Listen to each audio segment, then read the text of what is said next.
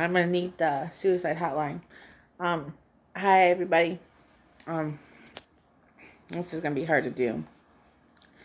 I want to explain something about suicide. I'm not promoting it. I'm not telling anybody to go out and kill themselves. But if you have thoughts, if you got depression, thoughts, please get help. There's a National Suicide Hotline number that you can call to get help. They have somebody getting the number right now. I'm not promoting suicide at all whatsoever.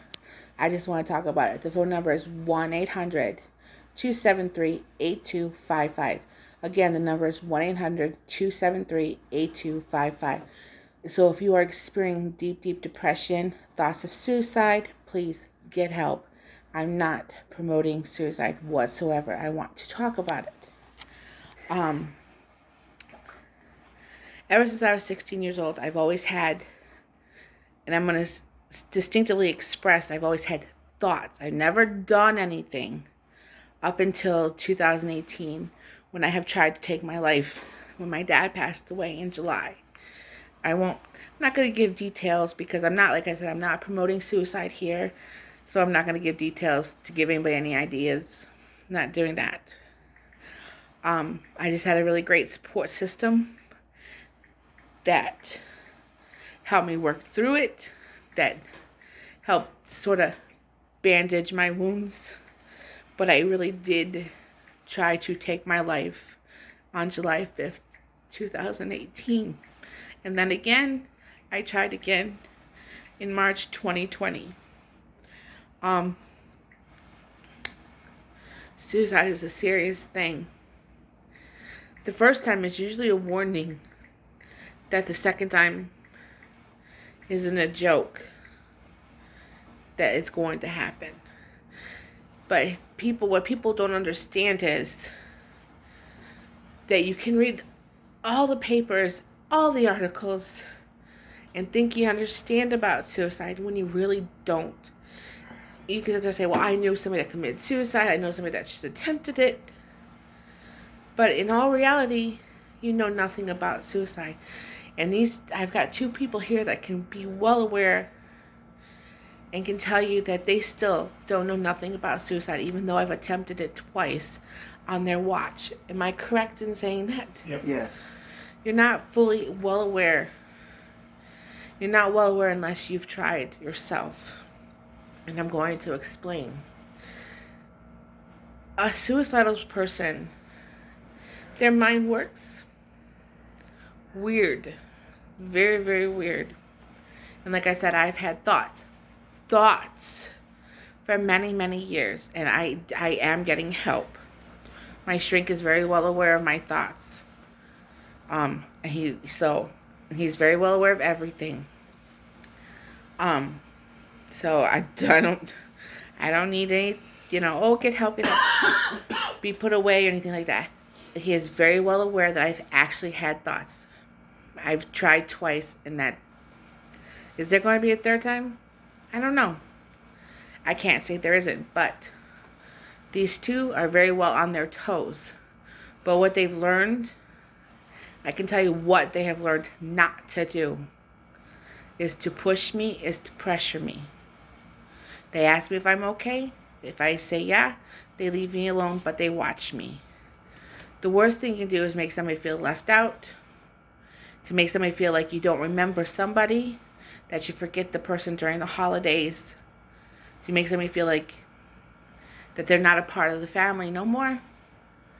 How do I explain that one? Like, for instance, if you got brothers or sisters and you lose a parent, and you may have gotten past that death of that family member, but you personally haven't, but your brothers and sisters have.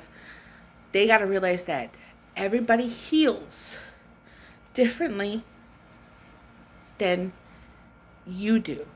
Not everybody heals the same way.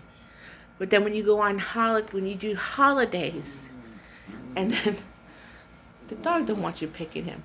But then when you do holidays and that person's not mentioned and that person seems to be forgotten, then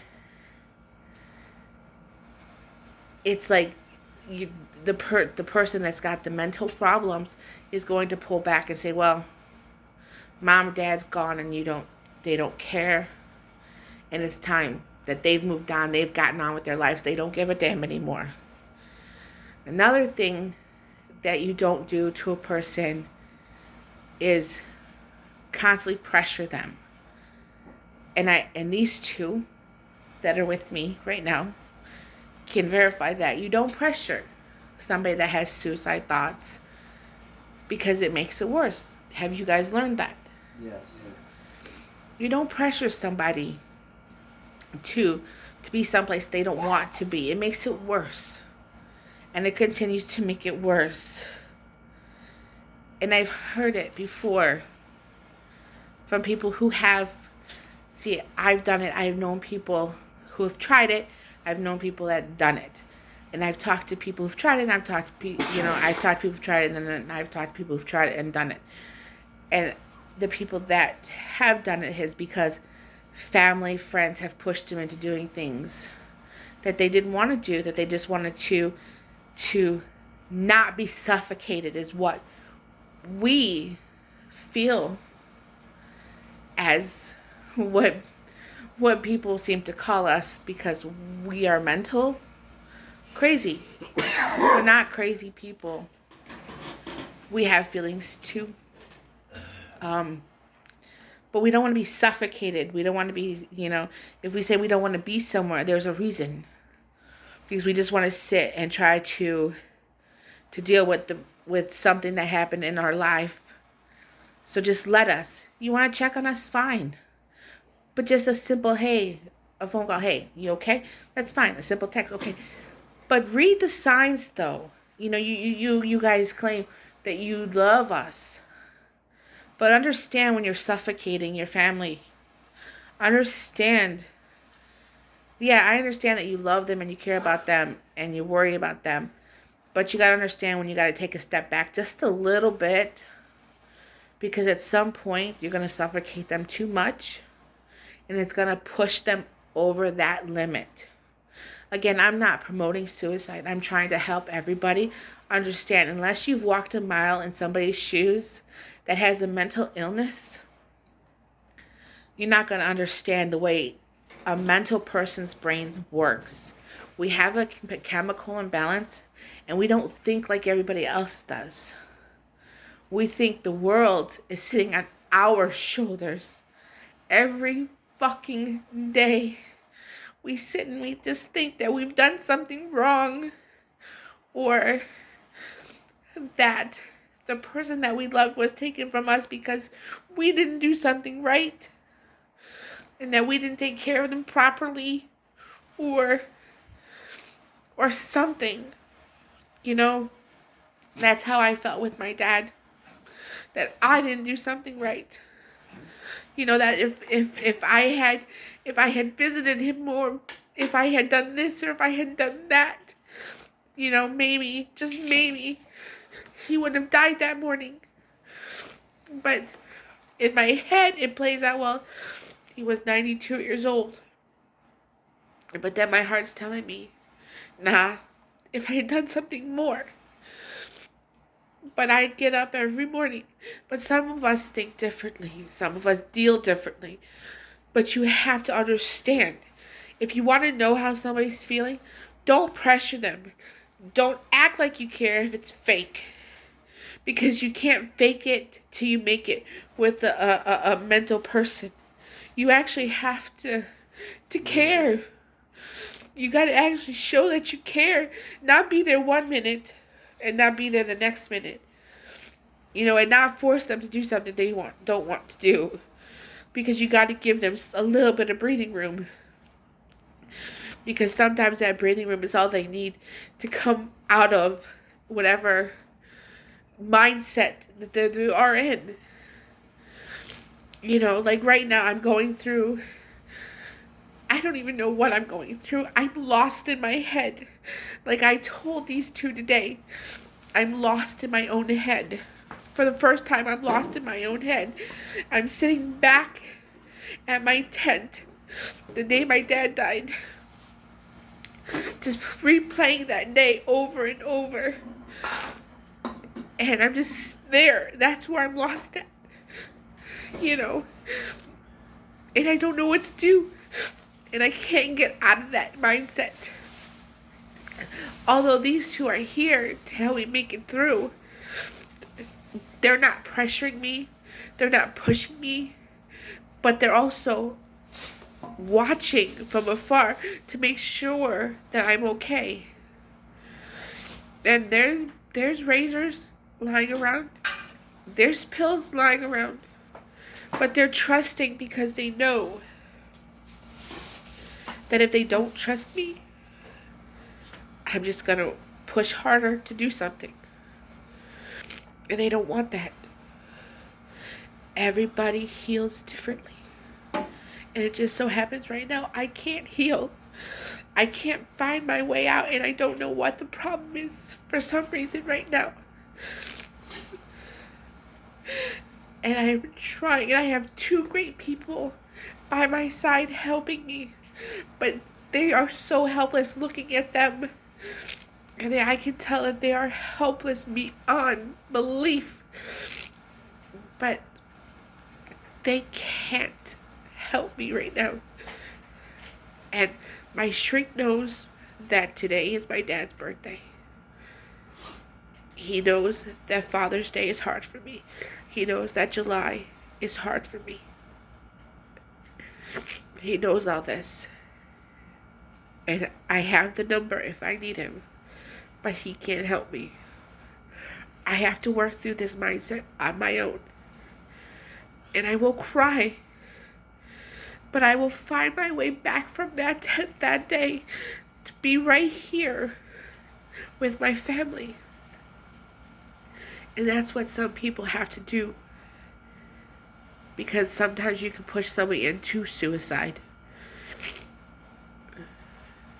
You don't want them to pull that trigger. You want them not to. So don't ever push too hard. Push, but not too hard. I mean, don't make somebody feel like they can't live in their own home because it's not their home anymore.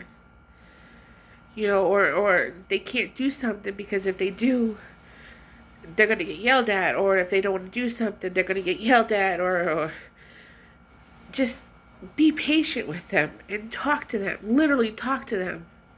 I did. I could tell you that story. But that's my story. That's their story. I just told you my story. So if you have suicidal thoughts and you know you can't handle it, call the hotline. If you're depressed beyond belief, call the hotline. If you got a great family support like I do, go to them. But if you feel trapped and you don't have the support like I do, call that number. Please.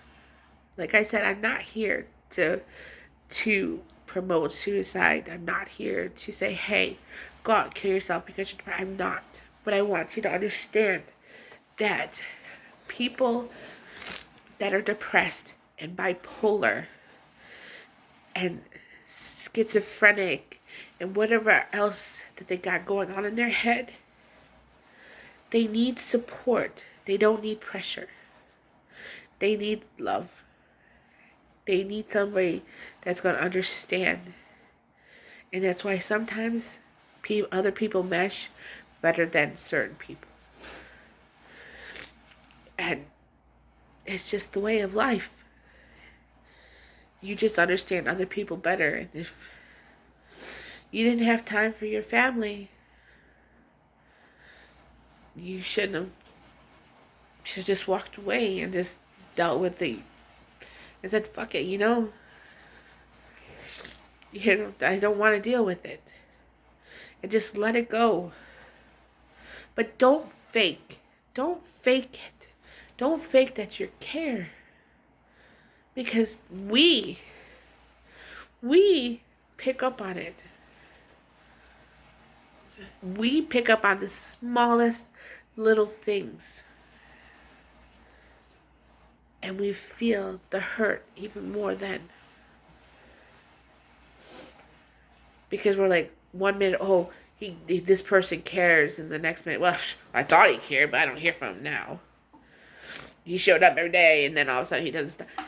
You can't do that. It's just, I'm sorry, you just can't do that. But I'm big enough to admit that I have issues. And these two, I don't know how they deal with it.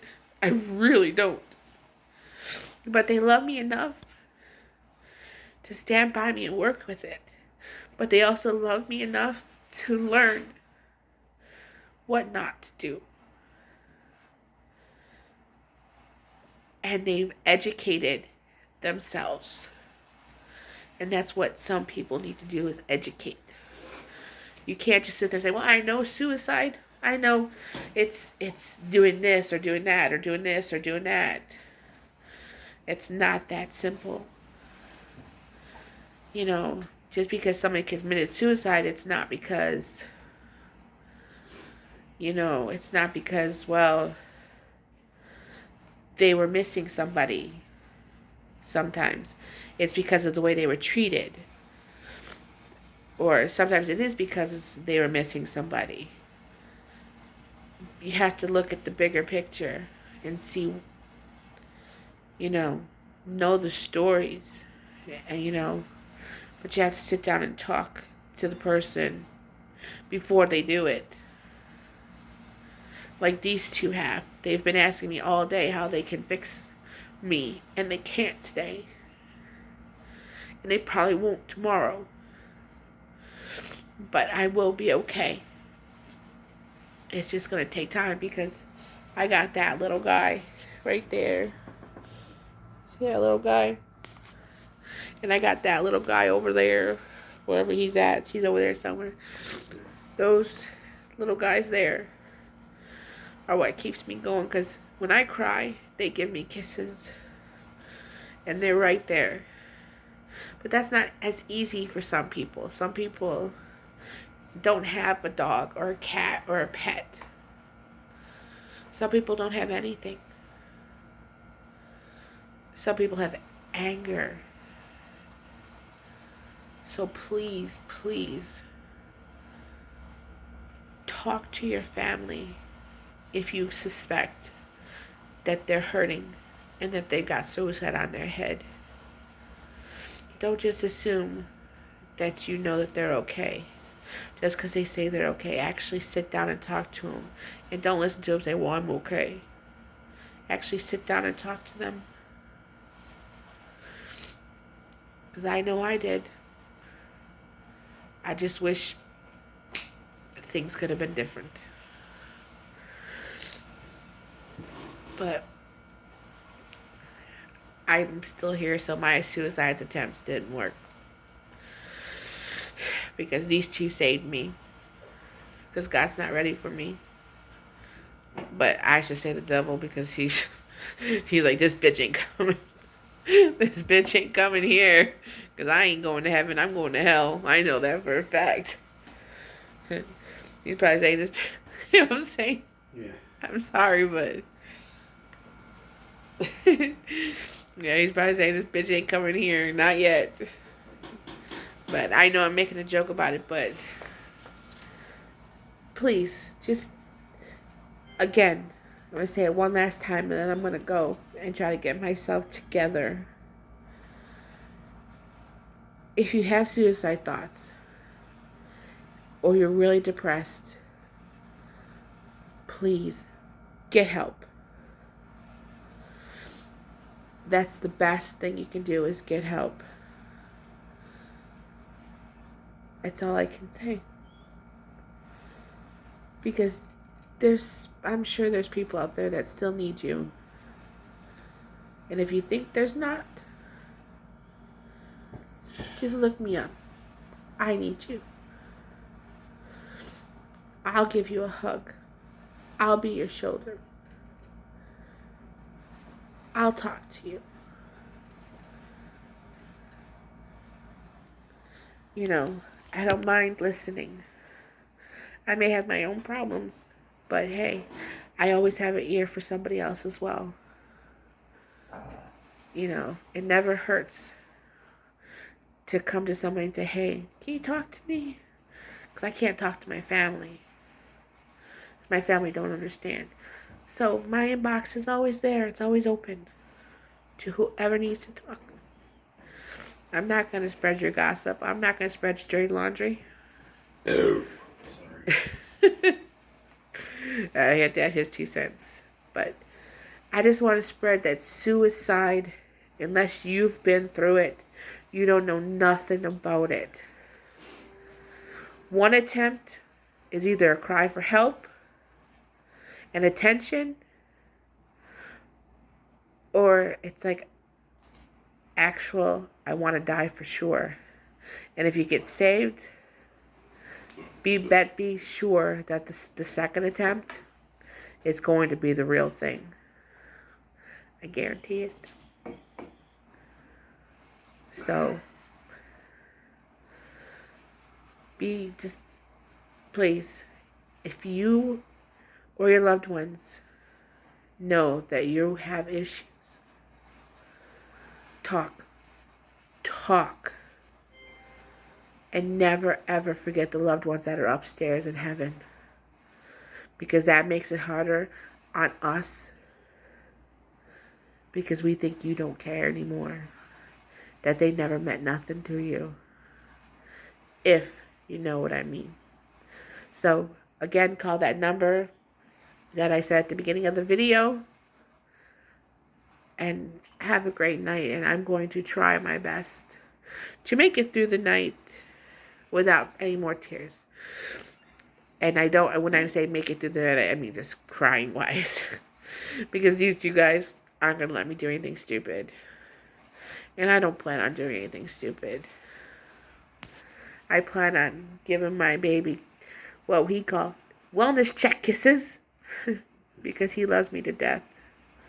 And when I'm sad, that's what he does. He does wellness checks to make sure I'm okay. So that's what I plan on doing to make it through. But I'm going to go, and I hope this can help somebody, and I hope this helps somebody learn that there is help out there, and you're not alone. You are definitely not alone, but there is help out there, and there are people that care, even if it's a stranger. Night-night.